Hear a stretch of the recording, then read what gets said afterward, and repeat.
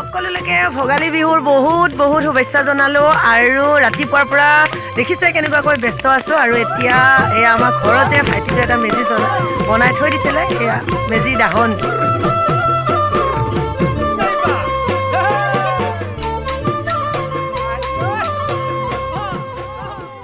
মেজিটো জ্বলোৱা হোৱাৰ পিছত এতিয়া আমি ৰাজহুৱা মেজি বনাইছে তালৈকে যাম আৰু লগতে আপোনালোককো লৈ যাম বোলো মই বস্তু এটা দিম বুলি ভাবি থৈ দিছিলোঁ সেয়া ৰাতিপুৱা যোগাৰ কৰিছোঁ সেয়া আপোনালোকে দেখিলে আৰু ধুনীয়াকৈ লাডুকেইটা হৈ গ'ল এতিয়া সেইখিনি তাতে দিব লাগিব আৰু বেলেগ বেলেগ কিবা কিবি যিখিনি আছে তাতে বলকচোন যাওঁ আপোনালোককো লৈ তালৈকে আৰু এতিয়া আমি যাই আছোঁ ফিল্ডলৈকে মানে ফিল্ডৰ লগতে নামঘৰ আছে তাতে ধুনীয়াকৈ মেজি জ্বলাইছে সকলোৱে আৰু এইবিলাক মেজি অলৰেডি জ্বলোৱা হ'ল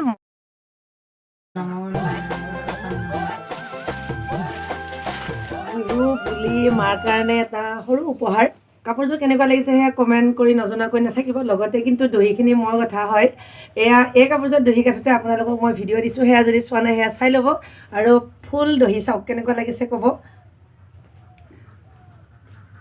এয়া ভাল লাগিছে বহুত ভাল লাগিছে দহিখিনি দহি ভাল লাগিছে কাপোৰযোৰ ভাল লাগিছে দহিখিনি এনেকৈ বেছি ভাল লাগিছে এই ব্লাউজটো মই চিলাইছোঁ হাতটোত অৱশ্যে অলপ বেছি আছিলে ফুল এই মায়ে পিন্ধিব যে সেইবাবে মই ইয়াৰে দুটা লাইন কাটি অলপমান সৰু কৰি দিছোঁ এয়া ভাল লাগিছেনে ব্লাউজটো ক'বচোন কমেণ্ট কৰি আৰু পিঠিখন অলপ বেছিকৈ ৰাখি দিছোঁ আৰু এটা ইণ্টাৰেষ্টিং কথা আজি বিহুৰ দিনা ৰাতিপুৱা মা আৰু মই দুয়োজনীয়ে যি কাপোৰ পিন্ধিছোঁ এই কাপোৰযোৰ মই যিযোৰ কাপোৰ পিন্ধিছোঁ অলপ আগতেহে গম পাইছোঁ সেইকাৰণে আপোনালোকক কওঁ এই কাপোৰযোৰ মই যেতিয়া ক্লাছ 9 আছিলোঁ তেতিয়া মই নিজ হাতে A to Z বৈছোঁ ধুনীয়া মই নিজ হাতে বোৱা আৰু বিয়াৰ পিছত আজি 3rd টাইম পিন্ধিছোঁ নেকি এই কাপোৰযোৰ সেইকাৰণে কালি ভাবি চিন্তি লৈছোঁ মাক ক'লোঁ এযোৰ মই পিন্ধা বুলি মায়ে কৈছে এই কাপোৰযোৰ বোলে মায়ে নিজে বৈ পিন্ধা কাপোৰ নিজে বৈ পেলাই পিন্ধা কাপোৰ গতিকে আজি বিহুৰ দিনা অন্ততঃ ভাল লাগিছে আমি দুয়োজনীয়ে শালত বোৱা কাপোৰ পিন্ধি আমি বিহুৰ ৰাতিপুৱাটো পালন কৰিছোঁ আৰু ৰাতিপুৱাটো দেখিলে আপোনালোকক দেখুৱালৈ আমি কেনেকৈ পালন কৰিলোঁ খুব খৰখেদা হৈছে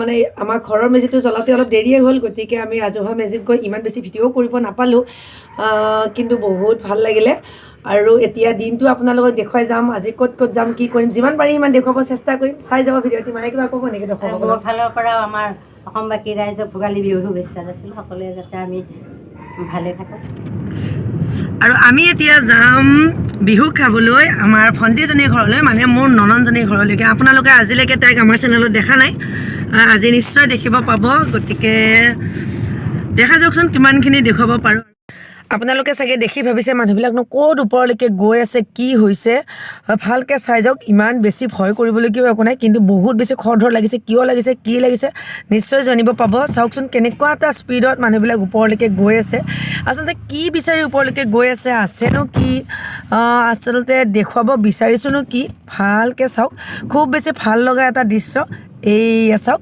এইটো এটা ধুনীয়া ভেলাঘৰ দৰ্শকসকল আপোনালোকে অনুমান কৰিব পাৰিছেনে মই ক'ত আছোঁ এয়া চাওক কিমান ওপৰত আছোঁ আচলতে এইটো ভেলাঘৰ এওঁলোকৰ গাঁৱত হয় আৰু চিনাকি কৰাই দিওঁ এয়া মই যে কৈছিলোঁ মই নননজনীৰ ঘৰলৈ আহিম বুলি এয়া আমাৰ জোৱাই আৰু নননজনীজনী আজি চাগে আমাৰ চেনেলত প্ৰথম দেখিছে আমি গোটেই পৰিয়াল আহিছোঁ আচলতে অলপমান টিক্স কৰি আহিছোঁ যিহেতু বিহুৰ সময় এওঁলোকৰ ঘৰত আহিব লগাটো আমাৰ ছেকেণ্ডাৰী কথা মেইনলি আমি এই ঘৰটোৰ কাৰণে আজি আহিছোঁ বেয়া নাপাবা কিন্তু দেই আৰু কোৱা ঘৰটোৰ ওপৰত কোৱাচোন কি ক'বা আচ্ছা আমি মানে কি গোটেই বালিজানবাসী ৰাইজে প্ৰত্যেক বছৰে এনেদৰে আমি খুব উলহ মালহেৰে ভোগালী বিহু উদযাপন কৰোঁ আমি যোৱাকালি উৰুকা উদযাপন কৰিলোঁ আজি আমাৰ সমূহীয়াভাৱে প্ৰীতিভোজৰ অনুষ্ঠান আছে খন্তেক সময় আগতে খুব এটা সুন্দৰ অনুষ্ঠান হৈছিলে আমি গোটেই গাঁৱৰ যুৱক যুৱতী আই মাতৃ মানে সকলোৱে মিলি আনন্দত একে পাৰ ভঙা উৎসাহ বুলি যে কয় আনন্দৰ পাৰ নাই আৰু সীমা নাই মানে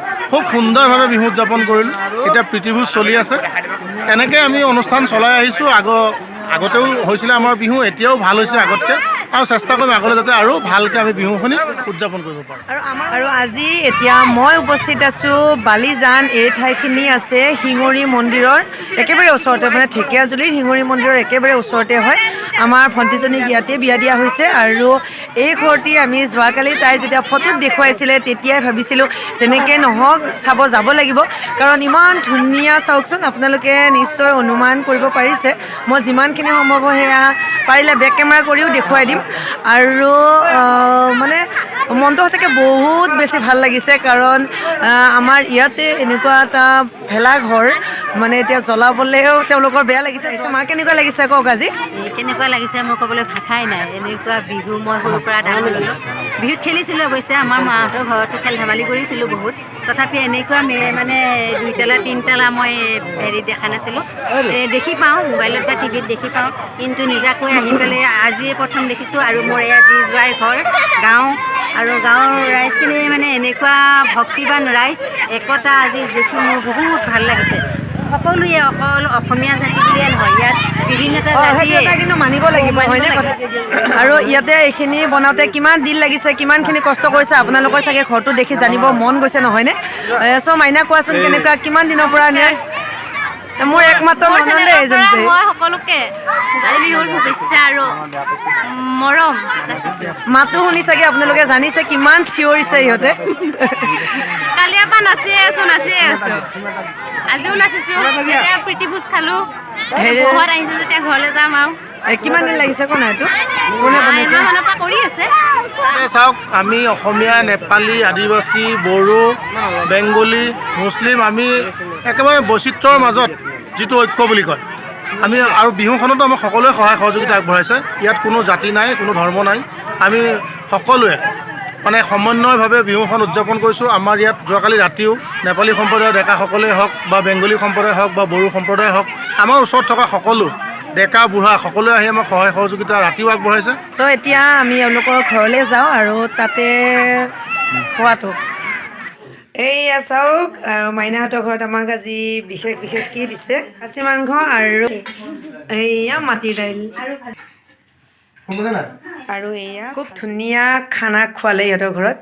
দেখিলে আপোনালোকে কি বনাই থৈছিলে, একে চিম্পুল খানা, বহুত বেছি ধুনীয়া। আৰু এতিয়া খাই মেলি অলপমান বহি যাওঁতে বিহুৰ চাহ একাপ খাই যাম।